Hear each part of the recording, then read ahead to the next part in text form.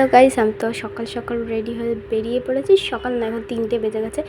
যাচ্ছি আমরা গোশালায় যাওয়ার উদ্দেশ্যে, মানে কৃষ্ণেরই একটা মন্দির যেখানে গৌর নিতাই থাকে। তো আমি তো জানতাম না, তো আমার বান্ধবী বললো চল তোকে ঘুরিয়ে নিয়ে আসা যাক। তো আমরা আসলে যাচ্ছিলাম মন্দিরটা দেখার জন্য, প্লাস কটা ভিডিও শ্যুট করবো যাতে ব্লগও পোস্ট হয়ে যায় তার জন্য। তো দেখতেই পাচ্ছ আমার মেয়ে, আমি আর আমার একটা বোন আর আমার বান্ধবী রেডি হয়ে বার হয়ে গেছি। তো আমার মেয়েকে হাই বলতে হবে যেহেতু চুপচাপ রয়েছে।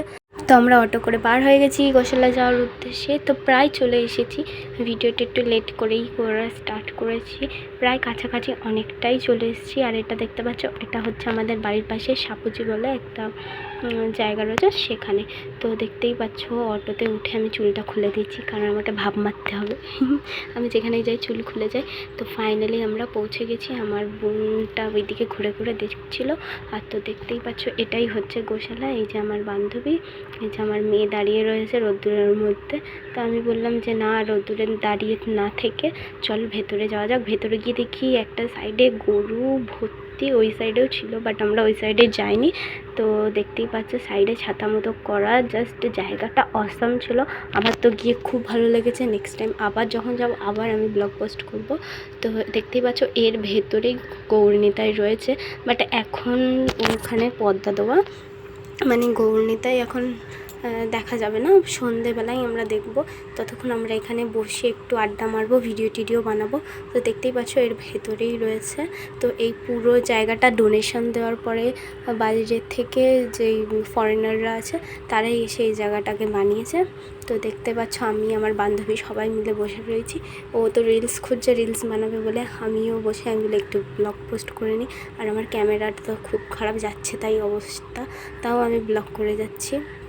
তো দেখতে পাচ্ছ মেয়ে তো গিয়ে খুব মজা পেয়েছে, খুব খেলাধুলা করছে। চারদিকটা মাঠের পাশে, জাস্ট ভিউটা অসম ছিল। আমিও কটা ভিডিও করে নিয়েছি, রিলস, সেটা পোস্ট করেছি, সেটা তোমরা দেখতেই পাবে ইউটিউবে শর্টস ভিডিওতে দেখতেই পাবে। তো আমার মেয়ে পোজ দিয়েছিল, সেটাই আমি তোমাদের দেখানোর জন্য ফটোটা অ্যাড করেছি।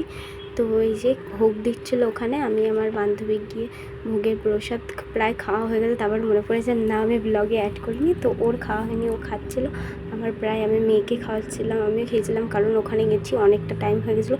তো প্রায় 6:30টার দিকে আরতি শুরু হয়, আমরা সবাই চলে গেছিলাম।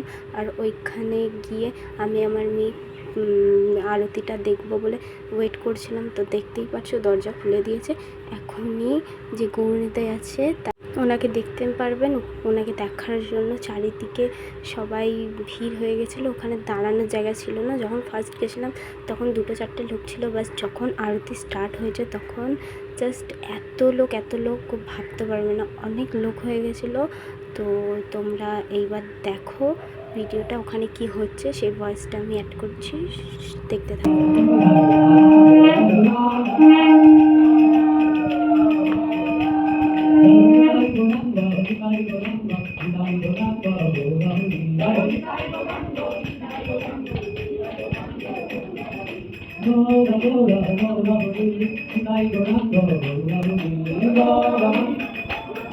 তো এইবার পর্দাটা খুলছে, দেখতেই পাচ্ছ।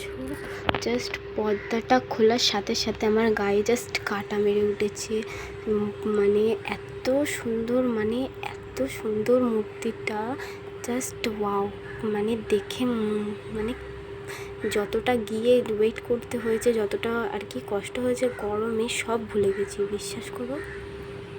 তো এই ভিডিওটাই আজকে এত দূরই। তারপরে আমরা এতটা টায়ার্ড হয়ে গেছিলাম, বাড়ি এসে কোনো ব্লগ করতে পারিনি।